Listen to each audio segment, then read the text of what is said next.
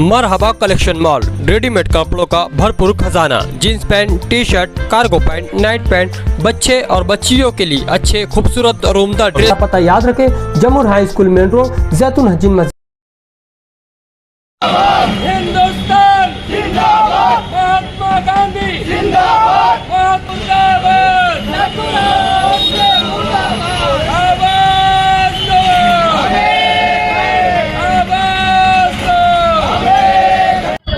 आज गांधी जयंती के मौके पर अगर आप हमारा नारा सुने होंगे कि जिंदाबाद जिंदाबाद महात्मा गांधी जिंदाबाद, मुर्दाबाद मुर्दाबाद नथुराम गोडसे मुर्दाबाद, ये दो विचारधारा है, एक महात्मा गांधी की और एक आरएसएस की।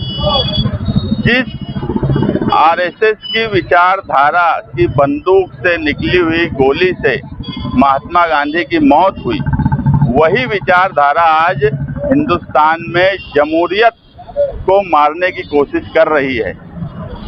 जिस मुल्क को आज़ादी दिलाने के वक्त महात्मा गांधी ने कहा था कि मैं एक ऐसा आज़ाद मुल्क देखना चाहता हूं जिसको पूरी दुनिया देखे और उससे प्रभावित हो कि आज़ाद मुल्क ऐसा होना चाहिए, मगर बड़े अफसोस के साथ ये कहना पड़ रहा है कि जिस विचारधारा के तहत मुल्क को आज़ादी दिलाई गई और जो विचारधारा मुल्क की आज़ादी के खिलाफ थी, आज वो विचारधारा मुल्क की आज़ादी के बाद मुल्क पर हावी हो गई और मुसलमानों को खास तौर से एक अलग कम्युनिटी कर दिया गया, मुल्क के लोगों से अलग थलग करने की कोशिश की जा रही है।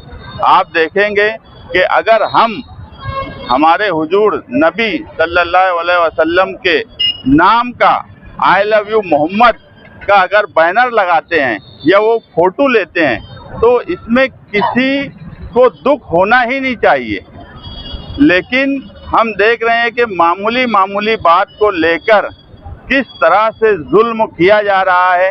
वो बरेली का वाकया हो या 12 नवंबर के वक्त मालेगांव का वाकया हो, एक ही इंसिडेंट की 10-10, 5-5, 10-10 FIR कर दी जाती है। अगर कोई प्रोटेस्ट जो गांधी ने हमको दिया है, गांधी ने हमको सिखाया है, उसके तहत आज अगर हम कोई आंदोलन करने के लिए जाते हैं तो हमको 10 बार सोचना पड़ता है कि आंदोलन किस तरह से किया जाए और कैसे किया जाए। हम ये मुल्क में ये भी देख रहे हैं कि कुछ लोग ऐसे हैं जो फसाद करते हैं, गाड़ियों को आग लगा देते हैं, मगर कोई गिरफ्तारी नहीं होती, किसी किस्म का FIR नहीं होता। मगर अगर कोई जुलूस में, कोई प्रोटेस्ट में किसी ने गलती से एक पत्थर भी चला दिया तो उस पत्थर को बम की तरह इस मुल्क की डेमोक्रेसी में सरकारें ले रही है और इस तरह का जुल्म हो रहा है कि उनके घरों पर बुलडोजर चलाया जाता है, सालों तक वो जेल से नहीं छूटते। जिस आज़ादी के बाद हमको जो संविधान मिला, जो कानून मिला और उस कानून ने सबको बराबर का हक दिया, मगर उसी कानून का गलत इस्तेमाल करके आज एक कम्युनिटी को पूरी तरह इस मुल्क के लोगों से अलग थलग किया जा रहा है। ये गांधी की विचारधारा नहीं है। हम 2 अक्टूबर को गांधी जयंती के वक्त हमेशा इस शहर में भी यही चाहते हैं कि गांधी की विचारधारा जिंदा रहना चाहिए, जो इस मुल्क के लिए ज़रूरी है। आज सोशल मीडिया के दौर में हम ये भी देख रहे हैं कि किस तरीके से गांधी को डायनामाइट किया जा रहा है, उनका मजाक बनाने की कोशिश एक सोची समझी साजिश है।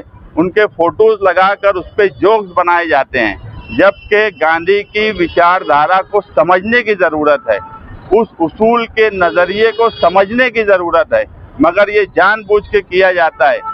और इसमें जो फिरका परस्त ज़हनियत है वो भी शामिल है और हमें ऐसा लगता है कि मुसलमान भी गांधी को सही तरीके से समझे ही नहीं।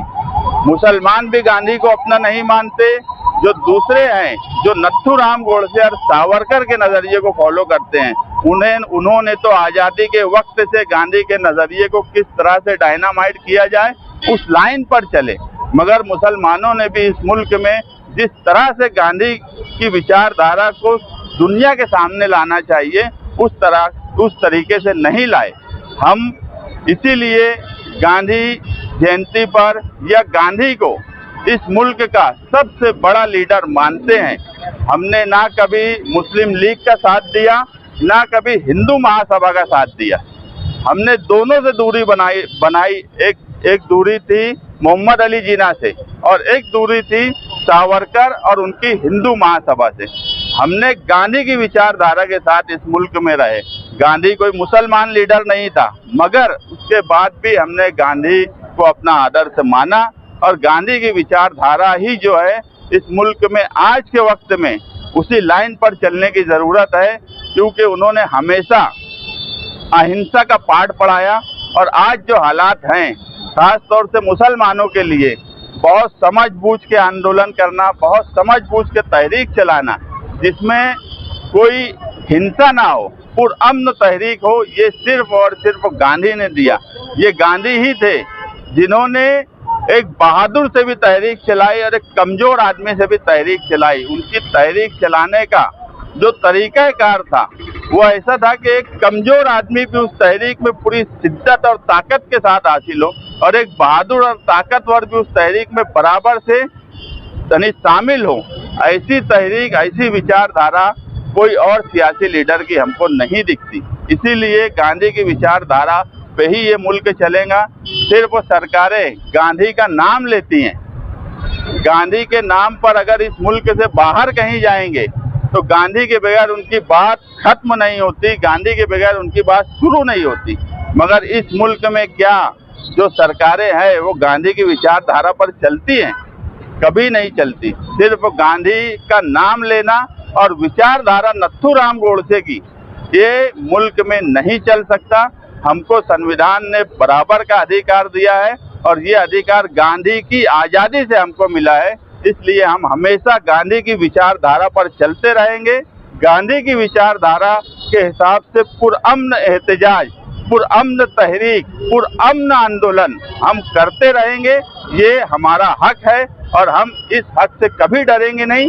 बस मेरा यही बोलना है, वो मजहबी तंजीमें हो, वो सियासी तंजीमें हो, वो समाजी तंजीमें हो, अगर आप कोई आंदोलन कर रहे हो, आप कोई तहरीक चला रहे हो, तो जो हालात इस मुल्क में हो गए हैं, हम देखेंगे कि जब भी कोई मजहबी मामला आता है तो कहीं ना कहीं मुसलमानों को जेल में ठोस दिया जाता है।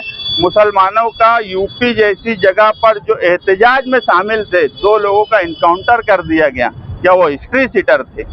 ऐसा कुछ नहीं था। इतना जुल्म इस मुल्क में इससे पहले 1947 के बाद आज तक नहीं हुआ। लेकिन तमाम ही लोगों के लिए सोचने का मुकाम है, वो मजहबी लीडरान हो, सियासी हो, समाजी हो, कि वो गांधी की विचारधारा को सामने रखकर, गांधी के फोटो को सामने रखकर कोई भी तहरीक और आंदोलन चलाए।